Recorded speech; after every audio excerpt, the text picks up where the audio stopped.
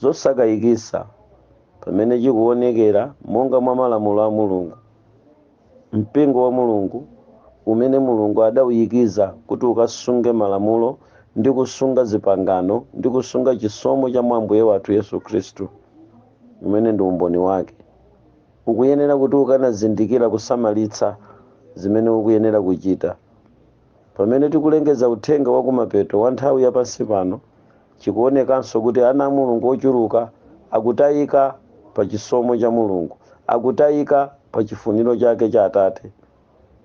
Chikuchitika pano nchakuti mphamvu za woyipayo zasendera kwambiri ku chipembedzo cha Mulungu m'masiku akumapeto, mmene tikuona kuti waleka mpingo kusamalira malamulo, koma ukusamalira dongosolo ndi nyengo zoyendamo zimene tikufikamo, kuutenga mpingo mayenda limodzi ndi dziko kulingana ndi nyengo zimene tili, kumene kuli kuwonongera ndi kuyipitsira malamulo a Mulungu. Chifukwa nyengo zimene tikuyendazi ndi zopana kwambiri, zikuyendera tekinoloji, zikuyendera lutso pamodzi ndi zitukuko zoyikika, chifukwa chakuti dziko likupita likatukuka.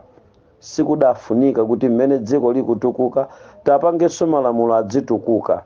Malamulo satukuka, malamulo samachipa, malamulo sanapangepo value, malamulo sanapangepo expire, malamulo sanathepo value, malamulo samachepa volume kapena kukwera volume. Anayikidwa kamodzi ndipo safunika uchotsedwa limodzi mwa ili ayi. Mpaka mwini wake akufotokoza kuti koma munthu amene adzachosa kamodzi mwa kalembaka akuyenera kuona zosaona atu ameneyo. Chifukwa Mulungu anatsindika ndi kuwuzira mpweya pa chilamulo chake. Koma kolingana ndi nyengo zimene tikuyendamo, tikuona kuti kampingo kakumapeto kamene kakadasunga malamulo a Mulungu kakuyenda limodzi ndi dziko, mosazindikira kayamba kuchotsa malamulo a Mulungu kwayika padera ndi kutenga zimene maso awo akuona kupititsa patsogolo. Ana a Mulungu, tamverani madzulo ano chimene chikuchitika ku dziko lapansi, chosausa kusinyiza kuti anthu tafikadi kumapeto a nthawi ya pansi pano.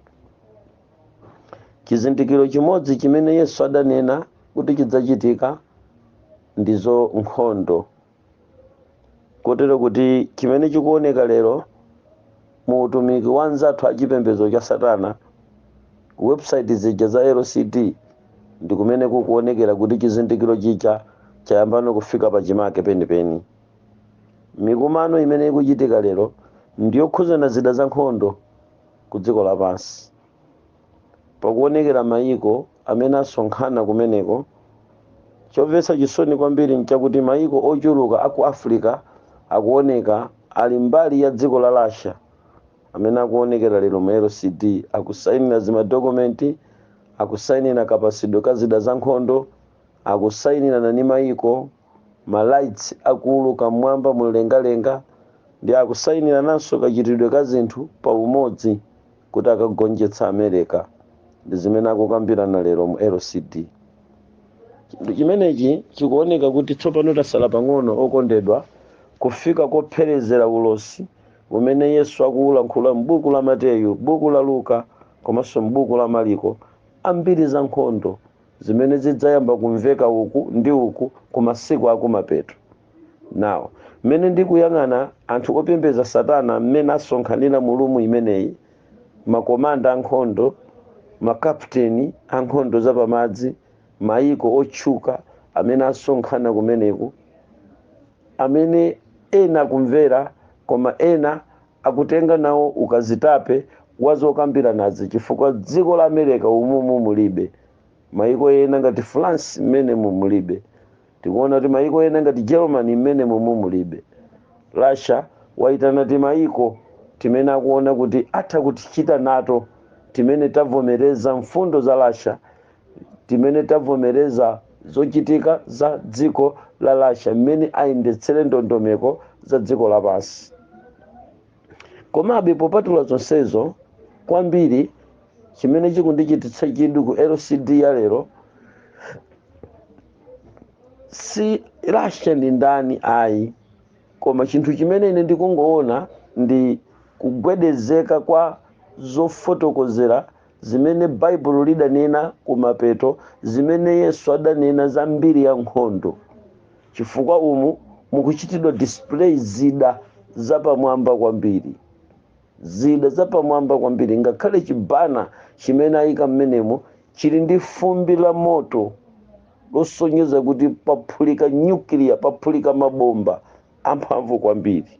So pamene dziko likutolerana kumapangana za nkhondo, ana Mulungu, chimenechi chimatipatsa ife kuyang'ana ndi chidwi za dziko la kumapeto, nthawi ya kumapeto, kolingananso ndi ulosi umene baibulo lidanena zakuti muzamva mbiri za nkhondo uku ndi uku. Kotero kuti chimodzi mwa chinthu chosonyeza kuti anthu tafika kumapeto a nthawi ya pansi pano ndi nkhondo. Sono lero mwachidule mkumanowu waitanisa ndilasha akundidabwitsa chifukwa izi nzandale. Izi ndi political ya ku dziko lapansi imene yapita kopanga collapse, kulephera kugwirizana kwa anthu osogolera mayiko, kulephera kukhalirana pamodzi kwa anthu olemera, kulephera kuyanjanitsika kwa anthu amene ayambana. Ndi chipwirikiti chosonyeza kufikira kumapeto kwa nthawi ya pansi pano, kumene mwana wa Mulungu sadafunike kuyendabe chimozimozi kozolika, koma ayenera kukweza maso. Malinga kuti baibulo likuti mukazaona izi zikuchitika muzaziwe kuti ndili pakhomo, inde pakhomo. Now, Russia akungofuna kuoneka ngati akuchenjera mkumanowu. Tikudziwa kunena kuti mbali ya Satana ndiyerekezi, tikunena no mbali ya amene amayendetsa mapulogalamu ku LCD, amene amayendetsa mikumano ya anthu opembeza Satana. Akamafuna kuchita kwambiri amachita zinthu mokonderanso mayiko amene saopa Mulungu, mayiko amene satsata ndondomeko zoyenera za chipembedzo cha Mulungu. Nawonso akamapanga zinthu amakondera amenewo. Ndiye apa akuonetsa chinthuchi ngati ndi pulogalamu yofunika kwambiri, koma sikuti ikuposa kufunika kwa zinthu zonse ayi, koma kuti iwowa angofuna kuyipanga support pulogalamu iyi kuti ioneke ngati imodzi mwa pulogalamu yabwino. Ndiye chimene chikuchitika lero ndi mayiko amene asonkhana, mayiko amene ali kumeneku otizungulira ali konko, kuphatikizapo Zambia ili komweku. Ndipo Zoom imene ikuchitika, president wa ku Zambia wathu uja wa 7th day akulankhulapo kukhala pa mkumano ndi pa mgwirizano wa chipembedzo cha Satana. Koma mukasiya zimenezi za ku LCD mupeza kuti iyeyinso president wa ku Zambia lero ali ku South Africa kukachita nawo mkumano olandira zida za nkhondo zimene zachoka ku Russia ali konko. Chinthu chinanso chimene chikuchitika pano nchakuti chimene chayambira kuchitika tisadayambe kulengezako, chimene chimandichititsa chidwi nchakuti atenga chikoini chosonyeza ngati mmene imaonekera ndalama, ndiye anajambulapo chinyama cha Baphomet, komano imaoneka ngati kuti ndiye ndalama imene itiyimire ngati dola ku dziko lonse lapansi, kapena imene Africa atayigwiritse ntchito. Ndiye zimene zikuchitika pano zikuoneka kuti zodabwitsa kwambiri, chifukwa akuoneka kuti akugonjetsa timayiko ting'ono, koma Zambia akupatsidwa ulemu kwambiri lerolo.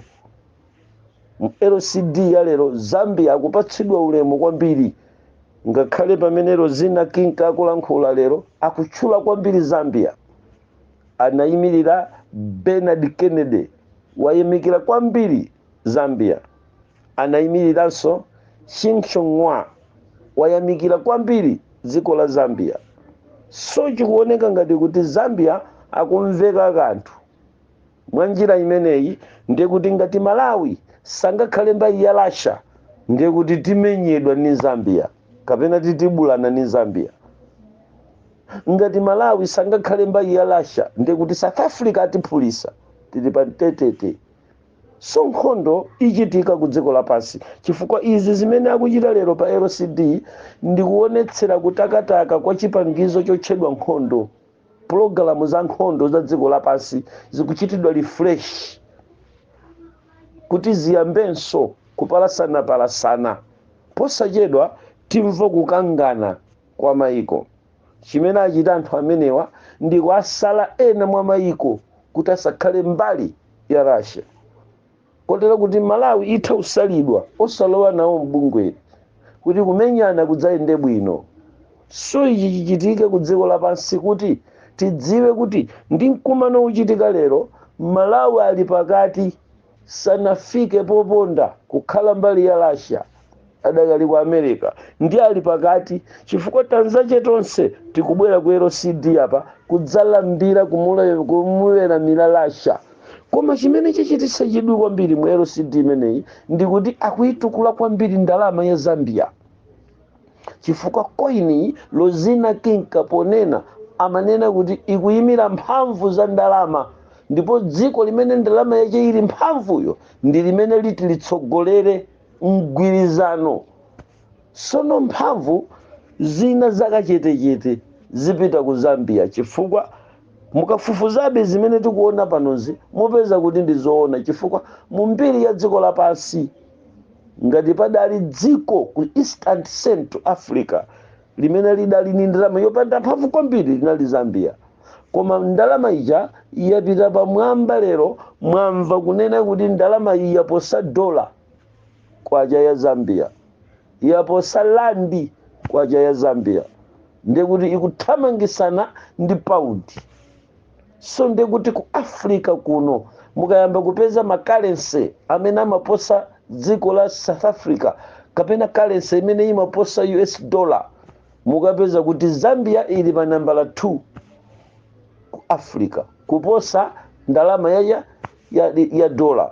Ndiye kuti kasupapawa kakang'onong'ono, kampando kakang'onong'ono ndi kamene akumpasa Zambia. Kandi chifukwa chake lero aliyense akunena za Zambia. Now muone chinsisi chikuchitika panochi ana Mulungu, mmene munthu ameneyi akufika, president wa ku Zambia akufika ni mbendera zomwe mena akuonekera ku LCD, akufika ni mbendera zomwe zachipembezo cha Seventh Day Adventist, akufika nacho ku LCD. Chifukwa chani? Akuchita display so chipembezo mkatikatimo. Now ichi chikusonyeza kuti Seventh Day aliso pampeni pofuna kudyedwa, adyedwa kuti atenge nawo mbali yayikulu ku chipembezo. Ndi zochitika zina zimene tingamazione apo ndi apo zongoti flasha, zina zatsoka, zina zochita dala, zina zokhonza, zina zosakonza, zikungosonyezabe kuti amene akufunitsitsa kuti ajoiniretu ku nkhani ya chipembezo, pali zipembezo zimene zili pa target nazonso kuti zime limodzi ndi dziko la Africa pa nkhondo, lime dziko la Africa pa ndale, kuti pamene ndale za Africa ziziyendanso limodzi ndi zipembezo. Ndi chifukwa chake muone kuti mu LCD ya lero kuli nduna za mayiko aku Africa zili konko, ndiyenso kuli atsogoleri azipembezo ali konko. Osayiwala kuti kumeneku kuli ka Jesuit kaja kamene kamabisala kaja kali kumeneku.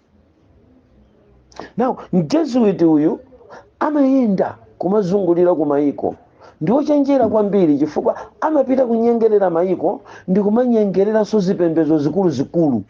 Wakoka Roman Catholic, wakoka Chisilamu ku Africa, akukokanso Seventh Day ku Africa, wakokanso chipembezo Battalion ku Africa. Ndi akufuna kuti zipembezo zikulu zodziwika azisonkhanise pamodzi ndi azisankhire mtsogoleri. Zokambirana zimenezi akukambirananso kuti pamene azichita nkhondo pakhale mgwirizano wa zipembezo zikulu ndi ayike bungwe la zipembezo zikulu ku Africa ndi asankhe mtsogoleri atsogolere zinthuzo. Now kafukufuku apa amene akuoneka waonetsa kuti Roman Catholic ili ni mamembala ambiri ku Africa. Number 2 kwapezeka kuti Chisilamu. Number 3 pachokha Seventh Day. imene ikuphatikizika ku chikhristu chija, koma 1 ndi chikhristu mosogozedwa ndi Roman Catholic, number 2 ndi chisilamu, na number 3 pamusipakepa ayika mwapaderadera seventh day ngati chimodzi mwa chipembedzo chimene sakuchiphatikiza ndi chipembedzo zinazi. Ndiye kuti chikhristu moyimiridwa ndi Roman Catholic ndiye pali chikhristuso moyimiridwa ndi seventh day, ndicho chimene chikuonekera lero. Now izizi zikungofuna kutionetsa ana Mulungu kuti mpingo womaliza wa masiku akumapeto ngati maso sangayang'ane ndi kutchingika ndi makobiri ni kusiya zoyikika za Ambuye monga mwakulankhula kwa Mulungu m'masiku akumapeto, mpingo utheratu kugwa, mipingo iwonongeka, atsogoleri awonongeka. Ndipo chipwirikiti chakuti chifanana chipembedzo ndi dziko lapansi, kampeni imene ni yayikulu kwambiri kwa anthu opembedza Satana, kuchita udani ndi mpingo wa Mulungu. Sono musayiwale kunena kuti Bible likuti azamusiya wausiwa, adzamkhazula mzimayiyo ndi kumsiya wausiwa. Ndiye chimene dziko likufuna kuchita mosogozedwa Satana ndi kufuna kusiya chipembedzo cha usiwa, chikhaliretu chopanda umulungu, chikhaliretu boma chisakazike.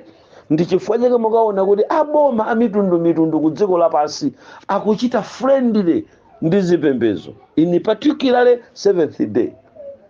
Mwapaderadera 7 ikuoneka kuti maboma akufuna kuchita nayo ubwenzi kwambiri.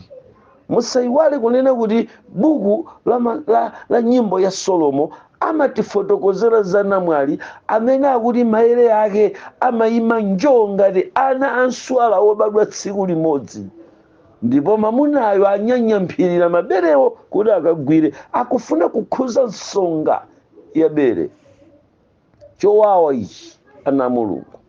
Now pamene akupita kumapeto lozinakika mafotokozedwa ake amene akunena pano, akunena kuti mgwirizano uwu umene ukuchitika cholinga chake ndi kupereka mwendo waukulu kwambiri wa superpower imene itilamulire pakamalizika kuchita nkhondo, kukhala nkhondo malingana imene akulongosola lozinakika. Ndiye preparation iyi ikuyenda yoncho, pamene mchigawo chomaliza cha ndime imene anangofotokoza kumene imene ndinampeza akulongosola lozinakika amafotokoza za kuchuluka kwa ndalama zimene mgwirizano wa maiko aku Africa mogwirizana ndi Russia ati achite fund maiko kuapatsa ndalama zambiri kuti achite boost military system. So pali underground chinsisi choopsa chimene chikuchitika, ndiye kuti nkhondo ikhalapo ku dziko lapansi. So mwina inepo tuluka chinyumba cha LCD kufika kumalemba kukambirana ndinu ana Mulungu, mmene ine ndikuona izi ndikuona chizindikiro cha kubwera kwa Yesu Khristu chofotokozera chimodzi mwa izo kukhala nkhondo ku dziko lapansi. Ndiye kuti ana Mulungu amene tili kumamidzi tisamalire kwambiri, amene tili mtawuni tisamalire kwambiri. Tsiku lina sikudzacha nkhondo idzabuka. Chimene ibukire nkhondo nchakuti mayiko akuluakulu akufuna kukhazikitsa ulamuliro wamphamvu wa dziko lonse lapansi umene uti umulandire Satana tikamafika 2030 kupita kutsogolo, pamene Satana afuna kudzalamulira. Ndiye kuti nkhondo ikuyenera kukhalapo. Now ana Mulungu mudziwe kuti nthawi yofuna kulambira Mulungu momasuka ndinoyo, yopita kwa Mulungu ndinoyo, chifukwa posachedwa sipakhalanso nthawi wanthu tidzithamanga. Chuma chimene tikuzala mtaunichi akuchipanganirana pano agumula chigumuka. Munaona maiko mankhondo kuja manyumba amene tikumanga agumuka, zuma zimene tikusonkhanisa ziwonongeka sikale, chifukwa zokambirana izi posachedwa afuna azionetse. Sono polimbirana zimenezi pakhala nkhondo yovuta kwambiri. Chinthu china chimene amachionetsa lero mu LCD ndi miyala ndi malo amtengo wapatali amene ali ku Africa, mmene muli chuma chimene chiti chithandize kupanga African Union, kupanga African States. Chumayo ndiye amationetsa pano nyanja ndi mayiko mwatsoka kwapezeka kuti nyanja yathu yachita nawo apiye. Sindidziwa ngati anyake tikudziwa nyanja ya Malawi ikuchita apiye pa LCD kuti ili nkanthu kamene pofuna kudzatenga kanthuko akuyena kugwiritsa ntchito nkhondo kuti adzapeze kanthuko kamene niyakefe sitikudziwa. Muli chuma cha mtengo wapatali chimene chikufotokozedwa pamenepa, kuphatikizapo kukoma kwa nthaka yathu imene tili nayo ku dziko lathu. Sono chimenechi chikamayamba kuoneka ndikuti munthu akuyena kuzindikira kumalizika kwake kwa nthawiyi. Tichite bwa popeza zonse zimene tikuonekazi ndi chenjezo lalikulu kwambiri pamaso pa anthu, kuchenjeza munthu zakutha kwa nthawi imene yangotizungulira ndi kutiyandikira. Ana a Mulungu tidziwe kunena kuti chija chizindikiro cha nkhondo kuti ndiye kutha kwa nthawi ya pansi pano. Titachita tsoka tichiona chikuchitika posachedwa. Ndiye ine langa ndi chenjezo mmene ndayima pa khonde pa panja pa nyumba ya LCD. Nkulankhula kwangaku niunena kuti ana a Mulungu tikweze maso kutsogolo. Anyamatawa pano akugawana zochitika koma za nkhondo, akupanga mgwirizano za nkhondo. Now ichichi chikuperekera umboni zina mwa zimene zachitika lero, chifukwa tunena pano mdziko la South Africa mwatera zida za nkhondo zoopsa kwambiri kuyoka Ulasha. So Zambia alinawo konko pano ndunena pano ali konko ku Zambia. Sono mmene ali konko ku Zambia pa Zoom ya LCD atsogoleri wakutaninso pano akuchita apiyi. Mmene akuonesa chuma cha dziko lapansi chimene ati achitenge kuti chituluke, chikupezeka kuti dziko la Malawi lili nawo chuma, Mozambique akuonesa golide wambiri wokhala pansi. So zimenezi zizichitika bwanji? Nkhozi yayikulu kwambiri njakuti dziko lathu silili mbali ya mgwirizano umene akuchita lero. Ngati tingayimebe uku ndiye zibwirikitizo, komabe tikapita uku kuti tilowera kumeneku nkofunika kapena tipite kuti. So ndi mpungwepungwe wochitika ku dziko lapansi. Ana a Mulungu achayinake mkatimo ayamba kuyimirira kuchokamo, achita display zida za nkhondo, apereka ndondomeko za mmene atagawanira ndi ndalama, makomanda akuluakulu a za nkhondo ndi zida zina zonse zimene ziti zigwiritsidwe ntchito. Lasha watsogolera akuomba m'manja kusonyeza kuti iyeyi akuwina ponyengerera Africa kuti akhale mbali yake pa nkhondo yachitatu ya dziko lonse lapansi imene ikubwera kutsogolo kwake. Mwina ingabwere lero Yesu asanabwere, tiyentirape machimo. Mwina nkhondo ingachitike Yesu asanafike, tiyentirape machimo. Koma ngati angabwera Ambuye lero kutiwombola nkhondo isadakhalepo, tiyentikonzekeretse mitima. Tiyeni tiyang'anitsitse kuti tikusunga malamulo a Mulungu ndi umboni wa Yesu, ndipo tionesese kuti tili mkati mwa kachisi, sitili kunja kwa kachisi. Titenge mitima yathu ndi kuyang'ana kwa Ambuye. Izi ni mbiri za anthu a dziko lapansi, koma chimene tikudikirira ife ndi kulira kwa lipenga kuti Yesu abwere atenge mpingo, kutero kuti amwene musazasale, achimwene musazasale, bambo anga usasale, ndipo tisanyengeke. Ayi, mipingo ina kugwedera, zochitika zina kubalalika, atsogoleri athu aina kusokonezeka pa zochitika, aina kuphatikana ndi zinthu zina zowabalalitsa mpaka kwatayitsa chilungamo cha Mulungu, mpaka kwatayitsa malamulo a Mulungu. Zikuyina kuchitika, koma zimene zisizi kutitayitsa mtima. Yesu pamene akubwera atengabe mpingo wake. Kodi inu muli kunja kwa mpingo kapena muli mkati mwa mpingo wa Mulungu? Yakudalitseni mpaka tsiku limenelo. Amen.